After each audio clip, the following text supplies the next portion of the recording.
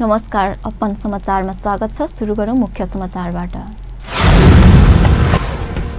रौतहटमा अपहरणमा परेका बालकको गोली हानी हत्यामा संलग्न रहेको आशंकामा 5 जना पक्राउ। सप्तरीमा ट्र्याक्टर दुर्घटना हुँदा 1 जनाको मृत्यु र दोलखामा पनि जीव दुर्घटना हुँदा 2 जनाको मृत्यु, 8 जना घाइते। अत्याधिक गर्मीका कारण महोत्तरीमा 6 महिने शिशुको आमाको मृत्यु, 2 जना बेहोस। प्रदेश नम्बर 2 को सरकारले प्रदेश सभा प्रस्तुत गरेको आगामी आर्थिक वर्ष 2075-76 को वार्षिक नीति तथा कार्यक्रम पारित। र ट्रम्प र किमको वार्ताका लागि सिङ्गापुरले 1 अर्ब 60 करोड खर्च गर्ने। अब समाचार विस्तारमा। रौतहटको कटहरिया नगरपालिका 9 बाट गत शनिबार राति अपहरणमा परेको 13 वर्षीय बालक युवराज शाहको गोली हानेर हत्या गरेको अवस्थामा शव फेला परेको छ। कटहरिया 9 डुमरिया टोलका चिकित्सक दिलीप शाहको छोरा युवराज शनिबार राति घरमा सुतिरहेकै अवस्थामा हराएका थिए। परिवारका सदस्यहरूसँगै सुतेका युवराजलाई अज्ञात समूहले ओछ्यानबाटै लगेका थिए। कटहरिया नगरपालिका भन्दा 15 किलोमिटर टाढा गरिमै नगरपालिका 5 को बागमती नदी किनारामा आज बिहान बालकको शव फेला परेको प्रहरीले जनाएको छ। बालक अपहरणमा परेपछि अपहरणकारीले बालकलाई बाबु दिलीप शाहले मोबाइलमा फोन गरेर 1 करोड रुपैयाँ फिरौती मागेका थिए। अपहरणकारीले 1 करोड रुपैयाँ मागेको भोलिपल्ट नै बालकको शव फेला परेको हो। बालक हराएको खबर पाए लगत्तै खोज तलासमा जुटेका प्रहरीले सोमबार बिहान युवराजको शव फेला पारेको थियो। बालकको कञ्चटमा 1 गोली प्रहार गरेर हत्या गरिएको अवस्थामा शव फेला परेको प्रहरी निरीक्षक मनोज यादवले जानकारी दिए। शवलाई पोस्टमार्टमका लागि जिल्ला अस्पताल गैरमा ल्याएको छ। घटनामा संलग्न भएको आशंकामा प्रहरीले 5 जनालाई नियन्त्रणमा लिएको छ।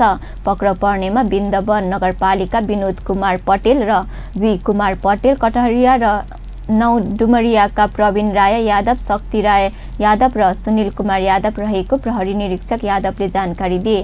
प्रहरी नियन्त्रणमा रहेका 5 जनासँग घटनाबारे सोधपुछ तथा अनुसन्धान भइरहेको जिल्ला प्रहरी कार्यालय रौतहटले जनाएको छ। सप्तरीको सुरुङ्गा नगरपालिका 6 मा गैराती ट्र्याक्टर दुर्घटना हुँदा 1 जनाको मृत्यु भएको छ भने 1 जना गम्भीर घाइते भएका छन्। राति 9 बजे सुरुङ्गा 6 स्थित पूर्व पश्चिम राजमार्ग पूर्व जाँदै गरेको 1 त 5456 नम्बरको बालुवा रोड गरेको ट्र्याक्टर अनियन्त्रित भई पुलमा ठोकिएर दुर्घटना भएको थियो।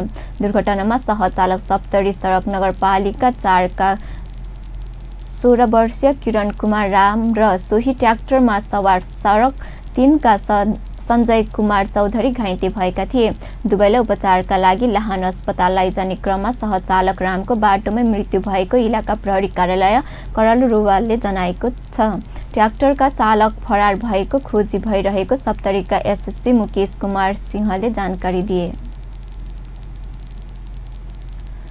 चढीकोट दोलखा लादुकमा बेलोरो दुर्घटना हुँदा 2 जनाको मृत्यु भएको छ भने चालक सहित अन्य 8 जना घाइते भएका छन्। मृत्यु हुनेमा दोलखा बिङ्गु गाउँपालिका 4 का 45 वर्षीय ईश्वरी थापा र सोही स्थानमा 50 वर्षीय टीका बहादुर कार्की रहेको जिल्ला प्रहरी कार्यालय दोलखाका प्रहरी नायक उपनिरीक्षक वासुदेव पाठकले जानकारी दिए। 14/4/16 नम्बरको बोलेरो सिटीबाट लादुङ हुँदै बालुवा जाने क्रममा लादुकको खरे भन्ने स्थानमा आइतबार साँझ दुर्घटनामा परेको हो। घाइतेको सिटीको अस्पतालमा उपचार भइरहेको छ भने 3 जनालाई थप उपचारका लागि काठमाडौँ पठाइएको छ। अत्याधिक गर्मीले महोत्तरीमा गौशाला नगरपालिका 8 बेलगाछीमा 1 6 महिने शिशुको आमाको मृत्यु भएको छ।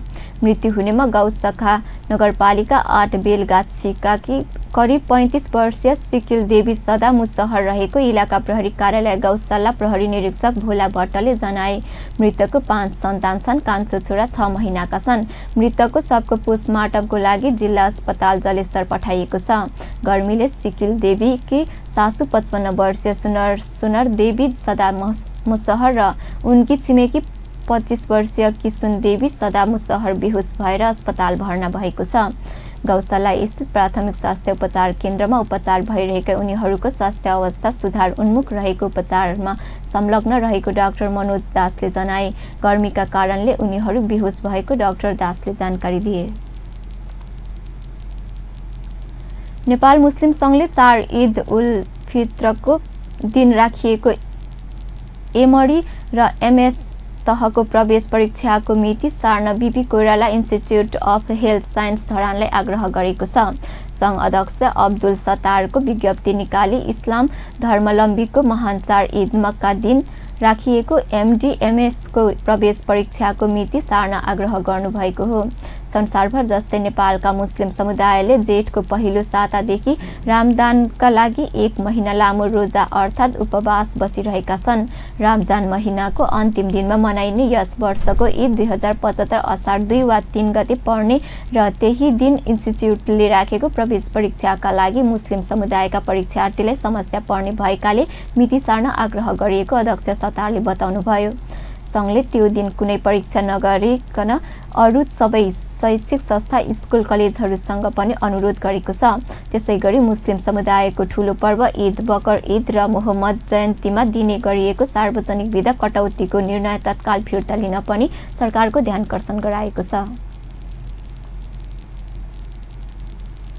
सांसदहरूले समसामयिक विषयमा सरकारले ध्यानकर्षण गराएको छन्। प्रतिनिधि सभाको आइतबारको बैठकले विशेष समयमा बोल्दै सांसदहरूले समयमै निर्माण सम्पन्न नगर्ने ठेकेदारलाई कारबाही गर्ने गृह मन्त्रीलाई शक्ति केन्द्रको अडानमा धम्काउने काम भएको बाढी र डुबानको पूर्व तयारी लगायतका समसामयिक र क्षेत्र विशेषको समस्यामा सरकारको ध्यानकर्षण गराएका हुन्। सांसद प्रेम सुवालले समयमै निर्माण सम्पन्न नगर्ने सैलिन कन्स्ट्रक्सनका सराद अधिकारी कारबाही गर्न खोज्दा नेकपाका अध्यक्ष पुष्पकमल दाहालले गृह मन्त्रीलाई बोलाएर कारबाही नगर्न भन्ने आदेश दिएको भन्ने बारे सदनलाई स्पष्ट जानकारी गराउन सरकारको ध्यानकर्षण गराउनुभयो। दाहालका घरबेटी समेत रहेका अधिकारीलाई कारबाही नगर्न गृह मन्त्रीले दिएको आदेशबारे सत्य तथ्य सदनलाई जानकारी गराउन उहाँले माग गर्नुभयो। मापदण्ड बनाउनु आवश्यक छ।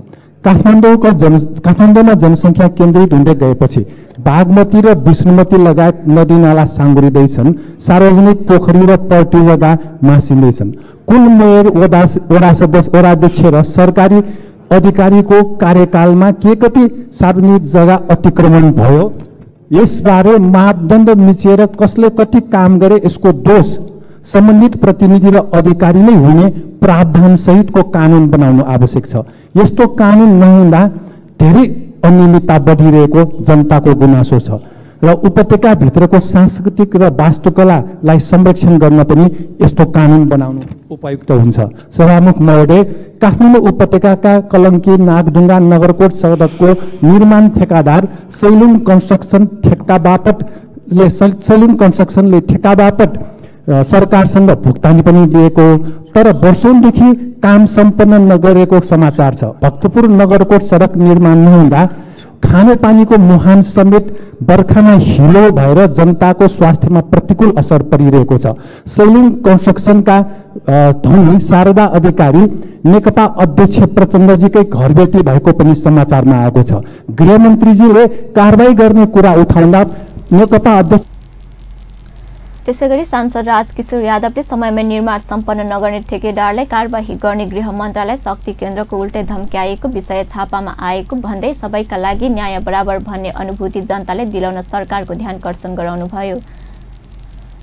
मधेसमा पनि निर्माण सम्पन्न नगर्ने ठेकेदारलाई पनि कारबाहीको दायरामा ल्याउन उहाँले माग गर्नुभयो। उहाँले जिल्ला शिक्षा अधिकारीले मनोमानी ढङ्गले आर्थिक प्रलोभनमा पारी शिक्षक दरबन्दी तोक्ने गरेको भन्दै दरबन्दी सम्बन्धी स्पष्ट मापदण्ड बनाउन माग गर्नुभयो। त्यसैगरी उहाँले मधेस आन्दोलनको सत्य तथ्य सम्बन्धी तयार भएको प्रतिवेदन सार्वजनिक गर्न माग गर्नुभयो। प्रलोभनमा परेर दरबन्दी बाँडफाँड गरेको छ र तत्सम्बन्धी जिल्लाका सम्पूर्ण शिक्षासँग सरोकार राख्ने संघ संगठनहरूले निवेदन दिएको छ। प्रदेशमा पनि निवेदन दिएको छ र केन्द्रमा पनि निवेदन दिएको छ। त्यो शिक्षा अधिकारी जिल्ला छोडेर केन्द्रमा नेताको घर शक्ति केन्द्रहरूको घर चहार्दै हिँडेको स्थिति छ। त्यो शिक्षा अधिकारी योभन्दा अगाडि नै अख्तियारमा मुद्दा खेपिरहेको स्थिति छ। त्यसैले सम्माननीय सभामुख मार्फत म सरकारले त्यो सम्बन्धी त्यो दरबन्दी जुन अनियमित रूपमा बाँडफाँड गरेको छ त्यो तत्काल खारिज गरेर त्यो सम्बन्धी एउटा आयोग निर्माण गरेर सत्य तथ्य बाहिर ल्याएर जे आधार छ दरबन्दी बाँडफाँड गर्ने त्यो आधारलाई सांसद रामसहाय यादवले निजगढ अन्तर्राष्ट्रिय विमानस्थल बनाउने क्रममा उठाउनु पर्ने त्यहाँको बस्तीहरू समूहगत पुनर्वासको व्यवस्था गर्न माग गर्नुभयो। मुआब्जा लिन स्थानीयले नमानेको भन्दै उहाँले भाषा संस्कृति अनुसार पुनर्वासको व्यवस्था गर्न माग गर्नुभयो। उहाँले मुआब्जा वितरणका लागि सरकारले तय गरेको मापदण्ड पनि समय अनुसार नभएको भन्दै पुनः मूल्य निर्धारण गर्न सरकारसँग माग गर्नुभयो। त्यहाँको सबै वासीहरूलाई गाउँहरूलाई खाली गर्ने र मुआब्जा जग्गा छ र 52 बिघा धान खेती नम्री जग्गा छ, 8 बिघा ऐलानी पट्टी जग्गा छ। त्यहाँका बासिन्दाले र प्रभावित चाहिँ संख्या चाहिँ 500 जना जति छ। अब उहाँहरूको माग छ, डिमान्ड छ कि हाम्रो भाषा संस्कृति थारूहरूको संस्कृति अनुसारको बसोबासको पुनर्वासको व्यवस्था होस्। उहाँहरूले मुआब्जा लिन अस्वीकार गर्नुभएको छ। सँगै चाहिँ तमाङ जातिको पनि बस्ती छ। उहाँहरूको माग छ कि 5 कट्ठा जग्गा घर घडेरीको लागि र बाँकी खेती जुन जग्गा छ खेती योग्य जग्गा सरकारले जुन मुआब्जाको मूल्य निर्धारण गरेको छ त्यो जग्गाको पुनः मूल्य निर्धारण गरेर जुन जग्गा चाहिँ अहिले 5 देखि 7 लाख कट्ठा पर्ने जग्गा सरकारले 2,40,000 को मुआब्जा दिइरहेको अवस्था। सांसद पूर्ण कुमारी सुवेदीले मनसुनको समय सुरु हुन लगात्तै बाढी र डुबानले तराईका जिल्लावासी अभ्यावित भएको भन्दै बाढीको पूर्व तयारी बढी सरकारको योजनाबारे जानकारी माग गर्नुभयो। उहाँले लक्ष्मणपुर बाँधले त्यस क्षेत्रका बासिन्दालाई निकै पीडा भोग्नु परेको भन्दै बाँध भत्काउन सरकारले आदेश दिनुपर्ने बताउनुभयो। त्यहाँले सांसद भवन अन्तर्गतको महिला बाथरुम अत्यन्तै असुरक्षित र अप्ठ्यारो भएको बारे सभामुखलाई ध्यानकर्षण गराउनुभयो। ज्यूले उठाएको विषय र अहिले पनि हामीलाई यही संसद भवन अन्तर्गतको महिला बाथरुममा असाध्यै असुरक्षित र अप्ठ्यारो भइराखेको स्थिति छ। यसमा पनि म सरकारको ध्यानकर्षण गराउन चाहन्छु। सभामुख महोदय, अन्तिममा मैले भन्ने गरेको र उठाउँदै आएको यो लक्ष्मणपुर बाँधका कारण जनताको डुबान र बाढीको अवस्था जनताले यो लक्ष्मणपुर बाँध भत्काउने आदेश पर्खिराखेका छन्। हस्त, धन्यवाद। प्रतिनिधि सभाको बैठक अर्को सोमबार बिहान 11 बजे बोलाएको छ।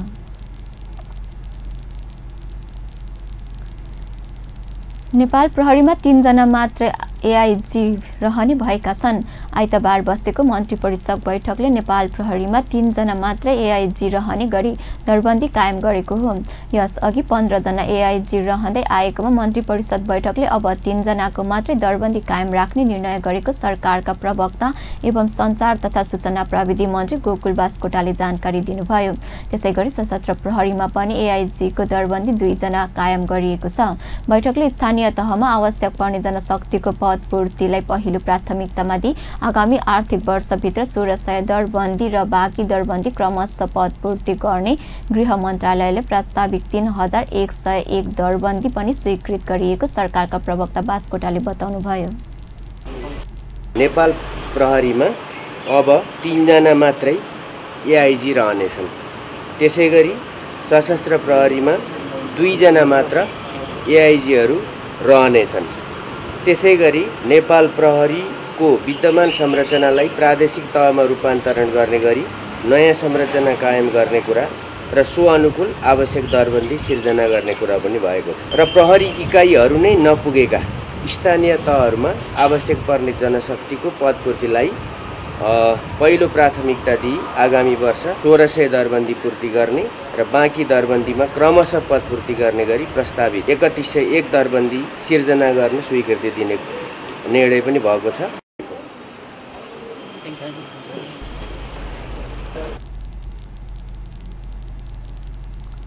सरकारले तातोपानी स्थित मितेरी पुल रसुवागढी स्याफ्रुबेसी र चीनको च्याम्बु जोड्ने पुल बनाउने चीन सरकारको प्रस्ताव पनि स्वीकृत गरेको छ। दुवै पुल चीन सरकारको आर्थिक तथा प्राविधिक सहयोगमा निर्माण हुनेछ।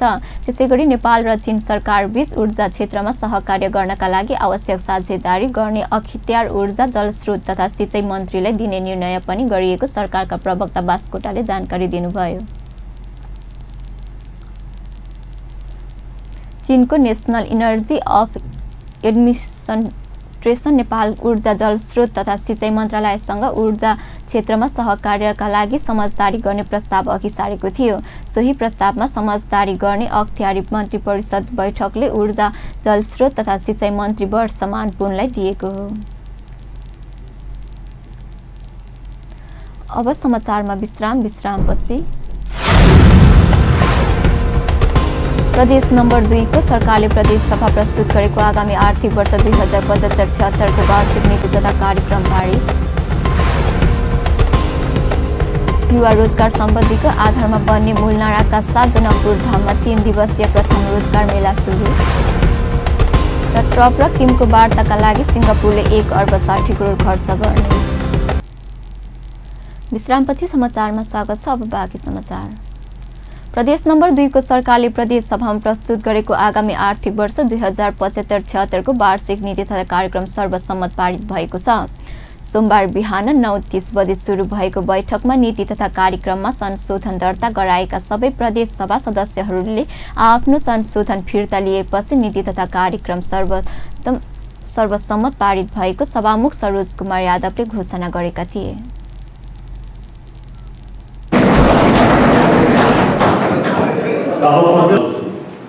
यो प्रस्तावको पक्षमा हुने मान्य सदस्यहरूले हुन्छ भन्नुहोला, यसको विपक्षमा हुने मान्य सदस्यहरूले हुन्छ भन्नुहोला। यो प्रस्तावको पक्षमा हुने मान्य सदस्यहरूले हुन्छ भन्नुहोला, यसको विपक्षमा हुने मान्य सदस्यहरूले हुन्छ भन्नुहोला। प्रदेश सभा सदस्यहरू शिवचन्द्र चौधरी, बच्चा यादव, लगनलाल चौधरी, रामचन्द्र मण्डल र सुन्दर बहादुर विश्वकर्माको संशोधन प्रस्ताव फिर्ता लिएका थिए।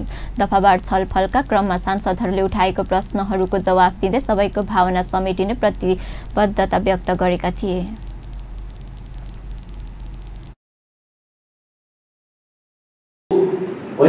समावेश गर्नुपर्ने धारा पक्कै एकैजना मान्य सांसदहरूको कुरालाई मैले चाहिँ यसमा यहाँको त्यो भनाइलाई यो नीति तथा कार्यक्रमको समीपमा लगेर हेर्दाखेरि पक्कै पनि धेरैजसो नीति तथा कार्यक्रमहरू यो धेरैजसो विचार यो नीति तथा कार्यक्रममा समेट्नुपर्ने आवश्यक।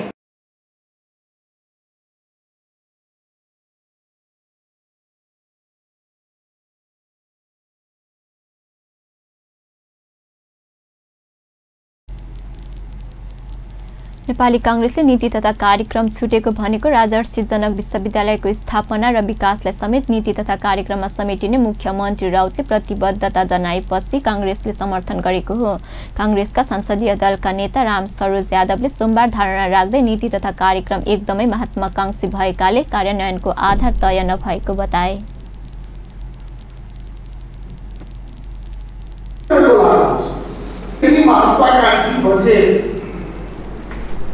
कसरी तपाईँको लाभ हुन्छ?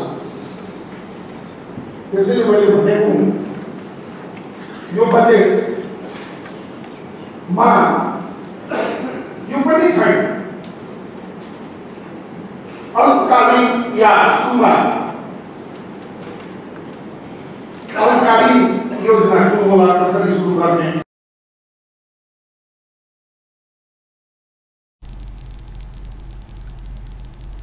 नीति तथा कार्यक्रम पारित भएपछि सोमबार नै प्रदेश सरकारका मुख्यमन्त्री र मन्त्री तथा पदाधिकारीहरूको पारिश्रमिक तथा सेवा सुविधाका लागि बनेको 2वटा विधेयक सर्वसम्मत पारित भएको छ।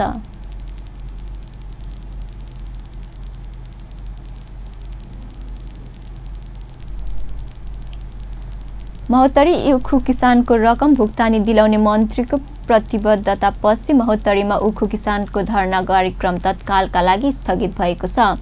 उद्योग वाणिज्य तथा आपूर्ति मन्त्री मातृका प्रसाद यादवले आइतबार महोत्तरी स्थित एभरेस्ट चिनी उद्योग रामनगरको मूल ढोकामा धरनामा बसेका किसानहरू कहाँ पुगेर अबको एक हप्तापछि उखु किसानको रकम भुक्तानी दिलाउने प्रतिबद्धता व्यक्त गरेपछि तत्कालका लागि धरना कार्यक्रम स्थगित भएको हो।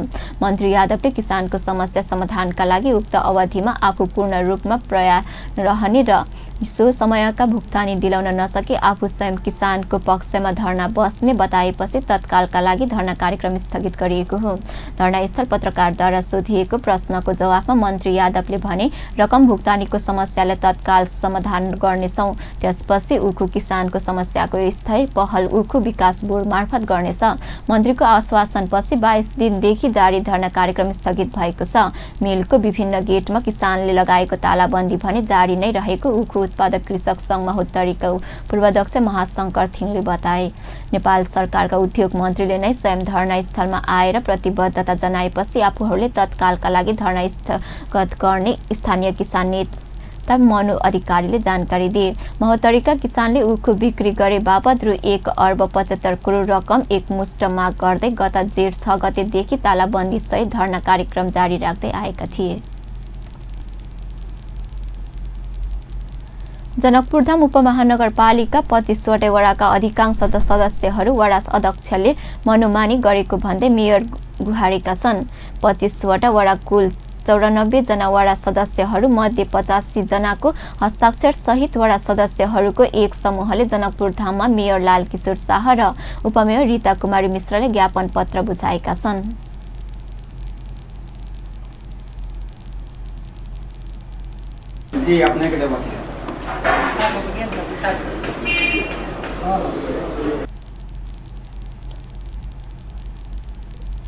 वडा सदस्य हक हित संरक्षण समिति नै गठन गरी सदस्यहरूले आफूहरूको माग सम्बोधन नभए चरणबद्ध आन्दोलन गर्ने चेतावनी दिएका छन्। कुनै पनि योजना पास गर्दा मेयर उपमेयर र वडा अध्यक्ष मात्र बसेर सबै काम गरिरहेको तर वडामा गुणस्तरीयहीन काम भइरहेकोमा स्थानीयवासीले आफूहरूलाई गुनासो गरिरहेकाले आफूहरूलाई समस्या भएको उनीहरूको भनाइ छ।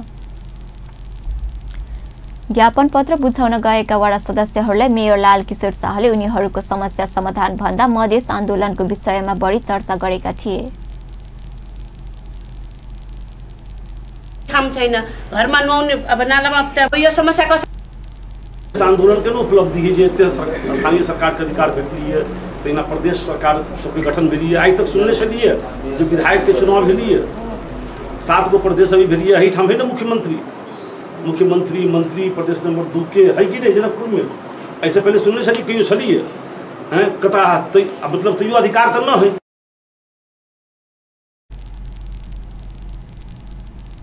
यता संरक्षण समितिका संयोजक वडा नम्बर 9 का सदस्य बद्री नारायण मल्लिकले आफूहरू समेत जननिर्वाचित रहने ध्यानकर्षण गराउँदै आफूहरूले पाखा लगाउने काम भएकोमा आक्रोश व्यक्त गर्नु भएको छ।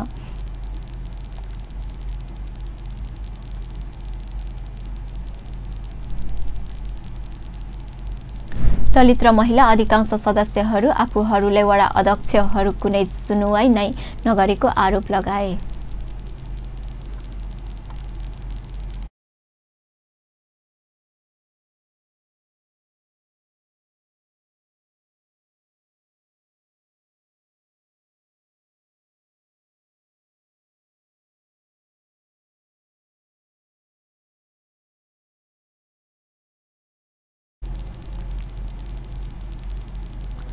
अब अन्तर्राष्ट्रिय समाचार।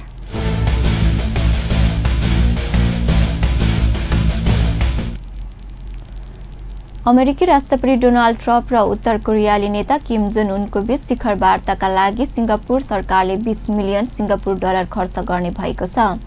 यो नेपाली रुपैयाँ 1 अर्ब 60 करोड भन्दा बढी हुन्छ। सिङ्गापुरका प्रधानमन्त्री ली सियन लुनले अन्तर्राष्ट्रिय सुरक्षा प्रयासका लागि यो रकम खर्चे उचित भएको प्रक्रिया दिनुभएको छ। लीले शिखर वार्ताले आफ्नो देशको प्रचार हुने भएकाले यसलाई सकारात्मक रूपमा लिनुपर्ने बताएको बीबीसीले जनाएको छ। यसको आधा रकम सुरक्षा व्यवस्थामा खर्च हुने बताएको छ। शिखर वार्ताका लागि र अमेरिकी राष्ट्रपति ट्रम्प र उत्तर कोरियाली नेता किम सिङ्गापुर पुगिसकेका छन्। आवरिक हतियार लगायतका विषयमा चर्को विवाद र बहस गरिरहेका अमेरिकी राष्ट्रपति तथा उत्तर कोरियाली नेता किम बीच हुन लागेको यो पहिलो भेटवार्ता हो।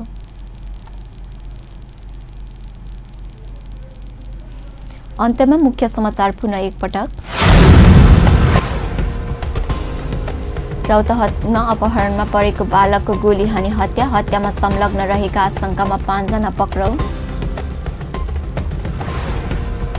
सप्तरीमा ट्र्याक्टर दुर्घटना हुँदा 1 जनाको मृत्यु र दोलखामा पनि जीप दुर्घटना हुँदा 2 जनाको मृत्यु 8 जना घाइते।